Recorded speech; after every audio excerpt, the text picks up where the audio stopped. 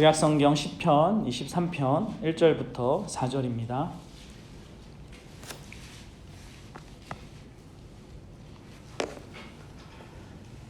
우리 한 목소리로 함께 합독하여 읽도록 하겠습니다. 여호와는 나의 목자시니 내게 부족함이 없으리로다. 그가 나를 푸른 풀밭에 누이시며 쉴 만한 물가로 인도하시는도다. 내 영혼을 소생시키시고 자기 이름을 위하여 의의 길로 인도하시는도다. 내가 사망의 음침한 골짜기로 다닐지라도 해를 두려워하지 아니할 것은 주께서 나와 함께 하심이라. 주의 지팡이와 막대기가 나를 안위하시나이다. 아멘. 4절 내가 사망의 음침한 골짜기로 다닐지라도 해를 두려워하지 아니할 것은 주께서 나와 함께 하심이라. 주의 지팡이와 막대기가 나를 안위하시나이다. 앞서서 이미 말씀드렸다시피 시편 23편은 대관령의 푸른 초원을 배경으로 하거나 또 뉴질랜드의 그 푸르른 초원을 배경으로 한 시가 아닙니다. 오히려 황량한 유대 광야, 메마른 그 광야를 배경으로 하고 있습니다. 그곳에 있는 양들은 능숙한 목자의 인도를 받아서 그 광야를 지나가야만 하는 것이죠. 광야에는 양들이 먹을 수 있는 풀이 많지 않고 안식할 수 있는 곳이 없습니다. 물이 부족한 곳이죠. 오히려 가시덤불과 맹수의 위협이 있는 곳, 또 죽은 동물의 시체가 널브러져 있는 그런 곳들이 많습니다. 양들은 그런 광야를 지나가야 하는 것이죠. 또 유대 광야는 험준한 산지와 골짜기들이 많습니다. 이런 환경 속에서 나온 표현이 이제 4절에 나오는 사망의 음침한 골짜기입니다. 이스라엘이 수도로 삼고 있는 예루살렘, 그곳은 중앙 산지 지역인데 그 동쪽으로, 그 오른쪽 동편으로 유대 광야가 펼쳐집니다. 그 유대 광야는 요단 계곡과 가까운데 이 요단 계곡, 아마 가보신 사람들은 아실 텐데 그 요단 계곡은 아프리카 대륙판과 아라비아 대륙판이 충돌하는 그런 교차점입니다. 따라서 주변에 많은 단층과 그런 절벽들을 형성하고 있습니다. 그래서 어떤 사람들은 유대 광야의 그 절벽과 깊이 파인 골짜기들을 보면서 작은 그랜드 캐년이다 이렇게 묘사하는 사람도 있습니다. 미국에서 한번 가보신 분들은 이렇게 잘 아실 텐데 저는 미국에 있었지만 한 번도 보지는 못했습니다. 대신 이제 유대 광야의 그런 것들은 봤는데 이 유대 광야의 그렇게 동쪽에 있는 그 골짜기들은 상당히 가파르고 또 깊어서 종종 그 유대 광야를 이렇게 투어하는 사람들이 그 한낮의 뜨거운 그 햇빛으로 인하여서 잠시 의식을 잃게 되기도 하고 또 순식간에 자기도 모르게 그런 계곡의 낭떠러지로 떨어지는 그런 경우도 있다고 합니다. 유대 광야는 이와 같은 사망의 그런 골짜기로 가득한 곳이죠. 그런데 지금 다윗은 사망의 골짜기가 아니라 사망의 음침한 골짜기라고 말하고 있습니다. 그 이유는 유대 광야의 그 골짜기의 특징이 대부분 동서로 길게 뻗어 있기 때문입니다. 남북으로 이렇게 되어 있는 것이 아니라 동서로 깊게 파여 있어서 중천에 이제 해가 떠 있는 그 한낮에도 그 골짜기 내부에는 그 빛이 거의 들어가지 못합니다. 그래서 광야 위쪽에서 그 골짜기를 바라보면 거의 흑암 가운데 있게 되는 것이죠. 그래서 사망의 음침한 골짜기다 이렇게 표현했던 것입니다. 물론 그 아래 골짜기로 내려가면 보이는 건 당연한 것입니다. 양들은 목자의 인도함을 받아서 이 사망의 음침한 골짜기를 지나가야 합니다. 왜냐하면 양들이 먹일 수 있는 그 잔잔한 물가, 또 쉴만한 물가가 바로 이 골짜기를 통과해야만 나타나기 때문인 것이죠.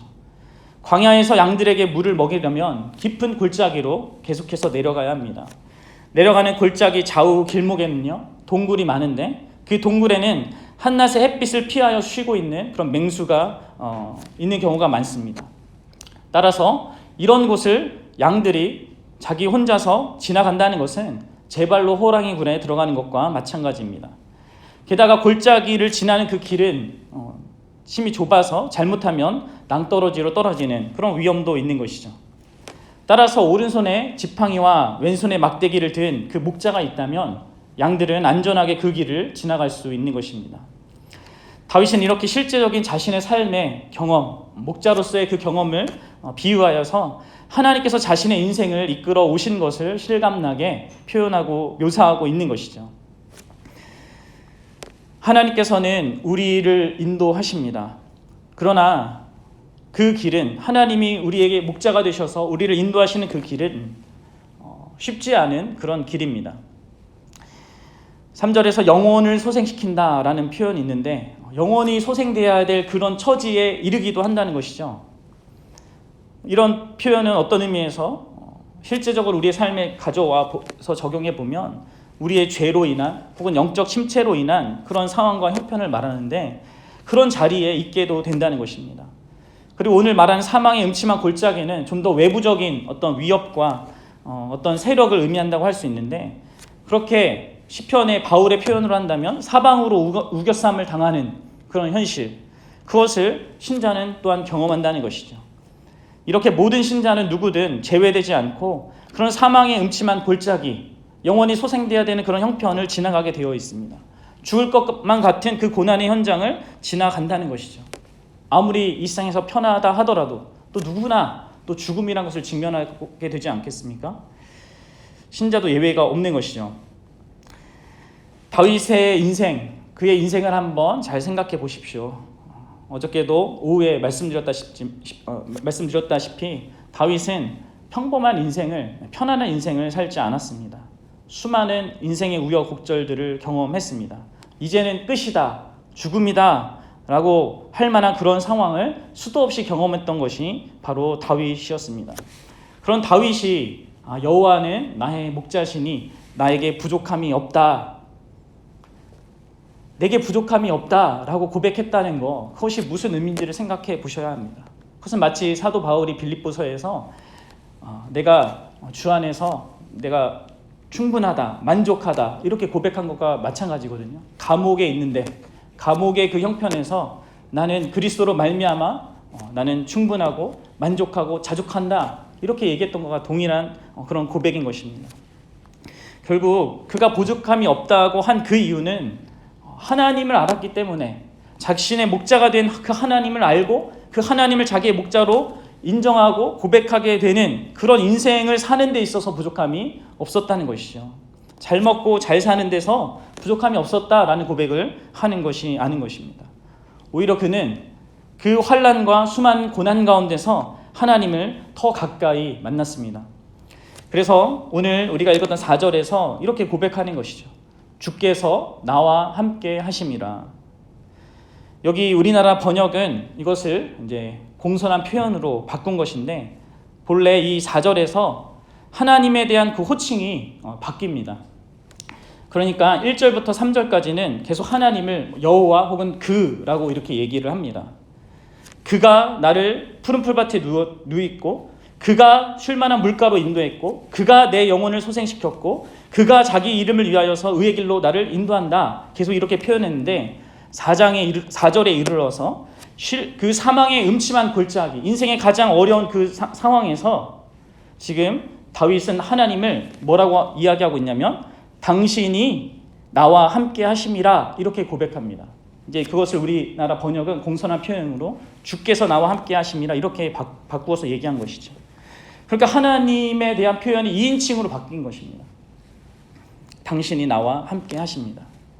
그러니까 그 고난의 때, 그 환난의 때 이 다윗은 그 하나님의 함께 하심을 더 가까이 느끼고 경험하고 그것을 표현하고 있는 것이죠. 바로 하나님께서 사망의 음침한 골짜기를 허락하시는 가장 중요한 이유 중 하나가 바로 이것입니다.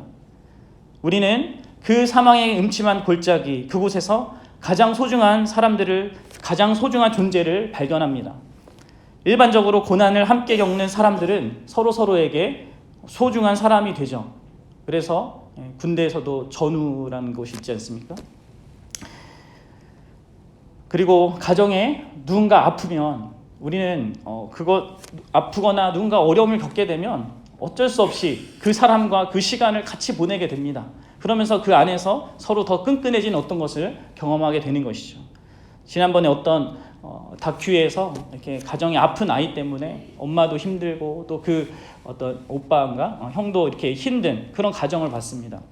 그러나 그 아이가 갖고 있는 그 막내가 갖고 있던 그 장애 때문에 그렇게 힘들어하는 가정이었는데, 되게 어렵게 사는 가정이었는데, 놀랍게도 이 장애를 갖고 있는 아이도 내가 다시 태어나면 나중에 우리 엄마 같은 엄마 만나고 우리 형아 같은 형아를 만나고 싶다, 이렇게 고백을 하더라고요. 또 엄마도 또 형아도 또 그렇게 고백합니다. 다시 태어나고 또 다시 이런 상황이 주어져도 내 동생이었으면 좋겠다. 이런 고난을 통하여서 우리는 그렇게 가까워지는 것이죠. 어쩌면 하나님께서는 우리를 일부러 그 사망의 골짜기로 인도하시는지 모르겠습니다. 역설적이지만, 왜냐하면 그곳에서 우리는 우리와 함께 하시는 하나님을 가장 가까이 느낄 수 있기 때문인 것이죠. 양들도 마찬가지입니다.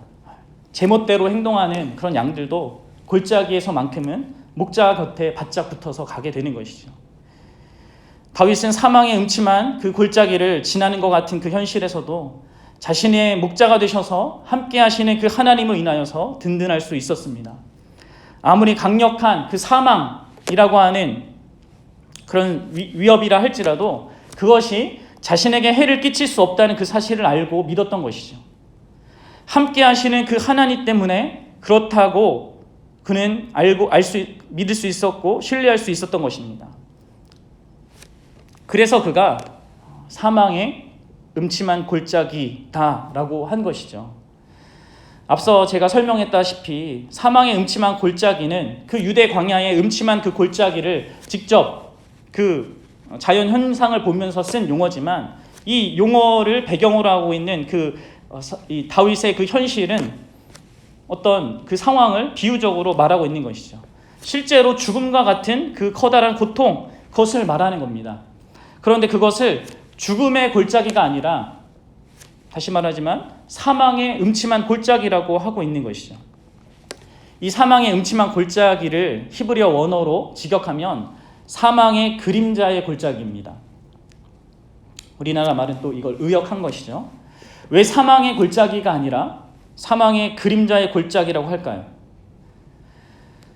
분명 신자는 누구든 죽음과 같이 우리를 두렵게 하는 그런 상황에 이르게 되는 것입니다. 그러나 그 상황 속에서 우리가 이 사실을 꼭 기억해야 하는 것이죠. 그 상황, 죽음의 어떤 위협이 우리를 공격하고 위협하는 그 상황은, 죽음이 우리를 위협하는 그 현실은 실상 그 죽음의 실제가 우리에 있는 곳이 아니라는 것입니다. 다윗의 표현대로 단지 죽음의 그림자가 있어서 우리를 위협하는 곳일 뿐이라는 것이죠. 그림자는 우리를 실제적으로 전혀 위협할 수 없고 또 실제적으로 우리를 해할 수가 없습니다. 개의 그림자는 우리를 물 수 없고 칼의 그림자는 우리를 벨 수 없습니다. 우리에게 감당 못할 어려움이 있을 때, 죽을 만큼 고통스러운 그 시기를 지날 때 우리는 이 사실을 반드시 기억해야 하는 것입니다. 스스로에게 복음을 선포해야 하는 것이죠. 우리와 함께 하시는 그 하나님 때문에 그 어떤 것도 우리를 단지 위협하기만 할 뿐 결코 해를 줄 수 없다, 그림자와 같을 뿐이다 라는 사실을 말입니다. 그래서 다윗은 해를 두려워하지 않는다라고 한 것이죠. 다시 말하지만 어려움이 없고 힘든 일이 없다라는 얘기가 아닙니다. 그런 것들이 있습니다. 그런 과정을 거칩니다. 그러나 그 어떤 것도, 그 어떤 사망과 같은 가장 강력한 그런 위협도 하나님과 함께하는 우리의 운명과 우리의 복됨과 우리의 영광을 바꾸지 못하는 것이죠. 성경에서 사망, 죽음은 하나님이 더 이상 함께하지 않는 그런 상태를 말합니다. 놀랍게도 그리고 감사하게도 성도에게는 그런 사망은 없죠. 왜냐하면 바로 그 사망의 고통을 우리 주 예수 그리스도께서 겪으셨고 우리 대신 담당하셨기 때문입니다. 그렇기 때문에 사망의 골짜기가 아니라 사망의 그림자의 골짜기입니다. 때로 우리가 사망의 그림자의 위협으로부터 하나님이 함께 하시는 그것을 느끼지 못할 수도 있지만, 욥처럼 그럴 수도 있지만, 그것은 우리의 느낌일 뿐이지 하나님은 언제나 한순간도 그리스도 안에 있는 그분의 자녀들을 결코 떠나지 않습니다. 다윗은 이것을 어떻게 확인했을까요? 알았을까요? 왜 사망이 사망의 골짜기가 아니라 사망의 그림자의 골짜기다라고 알았을까요? 다윗은 이 사실을 분명 성전에서 깨달으실 것입니다. 다윗은 성전에서 제사가 진행되는 그 가운데 바쳐지는 희생 제물을 바라보면서 죄로 말미암는 그 죽음의 현실뿐만 아니라 영원한 저주와 심판, 그것을 보았을 것입니다. 그리고 그 모든 것들에 대한 하나님의 해결책, 그것을 보았을 것입니다. 그 안에서 죄와 죽음보다 더 크고 놀라운 하나님의 용서와 그 은혜, 그 세계를 알고 경험했을 것입니다. 하나님과의 영원한 단절인 그 죽음, 그 저주와 영원한 멸망에서 자신을 건져내시고 그 모든 것을 야기시킨 죄를 하나님께서 그 희생 제물 때문에 용서하신다는 것, 또 그로 인해서 우리를 건져내신다는 사실을 다윗은 알았을 것입니다. 그렇기 때문에 다윗은 그 희생 제물을 통하여서 죽음이라는 것이 자신에게는 더 이상 실제가 아니라 그림자 노릇밖에 하지 못한다는 사실을 안 것인 것이죠. 그렇기 때문에 사망의 골짜기가 아니라 사망의 그림자의 골짜기인 것입니다. 결국 다윗은 그리스도로 말미암는 그 놀라운 복을 희미한 방식이지만 알았던 것이죠. 오늘날을 살아가는 우리 신자들은 이 놀랍고도 복된 사실을 보다 더 선명하고 분명하게 또 확실하게 보고 알고 누리며 살아가는 그런 특권을 받았습니다. 여러분들은 그런 자들인 것입니다. 바로 그리스도로 말미암아 우리의 인생의 가장 절대적인 그런 두려움과 위협이 대상이 되는 그 골리앗과 같은 죽음이 바로 우리 주 예수 그리스도의 십자가로 말미암아 정복되었다는 사실을 우리는 너무나도 선명하게 보고 있는 것이죠. 그리스도께서 죽음을 정복하셨기 때문에 그 어떤 것도 우리를 해할 수 있는 것은 없습니다. 그리스도로 말미암아 우리는 영원토록 하나님과 함께하는 그런 존재가 되었습니다. 이 사실을 진정으로 여러분들은 알고 믿고 계십니까? 여러분들이 얼마나 복받은 자들인지. 예수님께서 십자가에 죽으신 것, 그것이 역사적인 실제인 것처럼 그 십자가의 희생으로 인하여서 우리에게 있게 된 그 모든 일들도 분명한 실제입니다. 이것을 분명히 믿으십시오.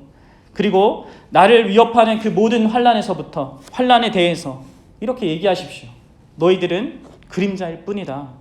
나를 힘들게 하고 낙심시키고 고통스럽게 할지 몰라도, 한동안 그렇게 나를 할지 몰라도 그리스도 안에 있는 나를 결코 망하게 할 수 없다. 그렇게 선포하십시오. 바울의 말을 또한 기억했으면 좋겠습니다. 바울이 로마서 8장 35절부터 39절에서 이렇게 얘기합니다. 누가 우리를 그리스도의 사랑에서 끊으리요? 환난이나 곤고나 박해나 기근이나 적신이나 위험이나 칼이라. 기록된 바 우리가 종일 주를 위하여 죽임을 당하게 되며 도살당할 양같이 여김을 받았나이다 함과 같으니라. 그러나 이 모든 일에 우리를 사랑하시는 이로 말미암아 우리가 넉넉히 이기느니라. 내가 확신하노니 사망이나 생명이나 천사들이나 권세자들이나 현재일이나 장래일이나 능력이나 높음이나 깊음이나 다른 어떤 피조물이라도 우리를 우리 주 그리스도 예수 안에 있는 하나님의 사랑에서 끊을 수 없으리라. 하나님은, 거룩하신 하나님은 내가 그냥 원한다고 나와 함께 해주시는 그런 분이 아닙니다. 죄인인 우리가 어떻게 하나님과 함께 할 수 있겠습니까? 또한 우리에게 가장 큰 위협이 되는 죽음, 그 죽음도 내가 피하고 싶다고 피할 수 있는 그런 대상이 아니고 맞서 싸운다고 해서 이길 수 있는 그런 대상도 아닙니다. 죽음을 이기시어 그의 승리를, 그 승리를 우리의 것이 되게 해주시는 그리스도 안에서만 죽음은 우리에게 그림자가 되는 것이죠.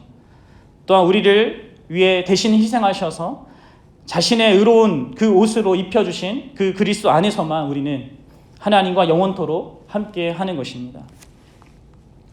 이것이 얼마나 놀랍고도 복된 그런 소식입니까? 이 아침에도 우리의 눈을 뜨게 해주시고 우리에게 호흡과 생명을 허락하신, 그리고 이 복된 실체 안에서 살아가게 하신 그 예수 그리스도를 먼저 찬양하고 높일 수 있기를 바랍니다. 그리고 그 그리스도로 말미암아 여러분들의 인생을 든든하게 살아갈 수 있기를 바랍니다. 그리스도 안에서 하나님이 함께 하시는 인생이 바로 저와 여러분들이며, 그리스도 안에서 죽음이 그림자로서 우리를 위협할 뿐 우리를 해할 수 없다는 것, 그것을 아는 자로 이 하루를 살길 소원합니다. 죽음이 그런 것이라면 우리에게 일어나는 그 어떤 것도 우리를 해할 수 없습니다. 우리를 망하게 할 수 없습니다. 하나님의 백성은 하나님의 그 은혜로 7번 넘어져도 7번 일어나는 것이죠.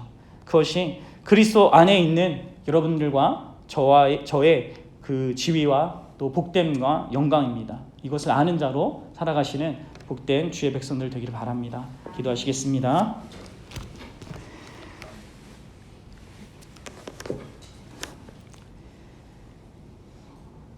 거룩하시고 참 자비로우신 하나님 아버지, 참 감사를 드립니다. 이 아침에도 정말 저희로 하여금 하나님의 거룩하신 보좌 앞으로, 그 은혜 보좌 앞으로 나오게 하여 주옵시고, 하나님을 아버지로 부르며 하나님께 우리의 마음을 토하며 하나님 우리의 어려움과 아픔과 그 고난을 정말 가감없이 말할 수 있고, 또 그 안에서 하나님의 위로하심과 또 약속과 또 복주심을 정말 소유하고 정말 맛볼 수 있는 자로 그렇게 우리의 인생을 또한 시작하게 하시니, 이 하루를 시작하게 하시니 하나님 참으로 감사를 드립니다. 하나님, 참으로 하나님께서 그리스도로 말미암아 우리에게 있게 하신 이 놀라운 일, 사망이 더 이상 우리에게 어떤 위협을 가할 수는 있지만 실제로 우리를 해할 수 없는 존재가 어떤 실체가 되게 하신 그런 하나님이 하신 일들 속에 우리가 있다는 것을 알게 하시고, 또한 정말 너무도 크고 높으신 그 하나님께서 우리에게 아버지가 되셔서 또 우리의 목자가 되셔서 우리의 인생을 보호하시며 지키시며 인도하신다는 사실을 확인케 하시니 참으로 감사를 드립니다. 하나님, 이 하루도 정말 우리로 하여금 분명한 이 사실과 이 성경이 말하는 바 위에서 정말 우리의 인생을 살아갈 수 있게 도와주옵시고, 정말 우리가 특별히 더 어렵고 힘든 그 상황 속에서 정말 우리와 더 가까이 함께하고 계신 그 하나님을 정말 맛보아 누려 알 수 있는 저희들 될 수 있게 도와주옵소서. 그리하여서 참으로 다윗과 같은 그 고백, 정말 나에게는 부족함이 없습니다 라는 그 고백을 하게 되는 우리의 이 하루가 되게 하시고, 또 우리의 앞으로의 모든 인생이 되게 하여 주옵소서. 주께서 그런 은혜로 우리의 가운데 함께해 주실 것을 믿사옵고, 귀하신 우리 구주 예수 그리스도의 이름 받들어 간절히 기도드립니다. 아멘. 하늘에 계신 우리 아버지여, 이름이 거룩히 여김을 받으시오며 나라가 임하옵시며 뜻이 하늘에서 이루어진 것 같이 땅에서도 이루어지리이다. 오늘날 우리에게 일용할 양식을 주옵시고, 우리가 우리에게 죄 지은 자를 사하여 준 것 같이 우리 죄를 사하여 주옵시고, 우리를 시험에 들게 하지 마옵시고 다만 악에서 구하옵소서. 나라와 권세와 영광이 아버지께 영원히 있사옵나이다.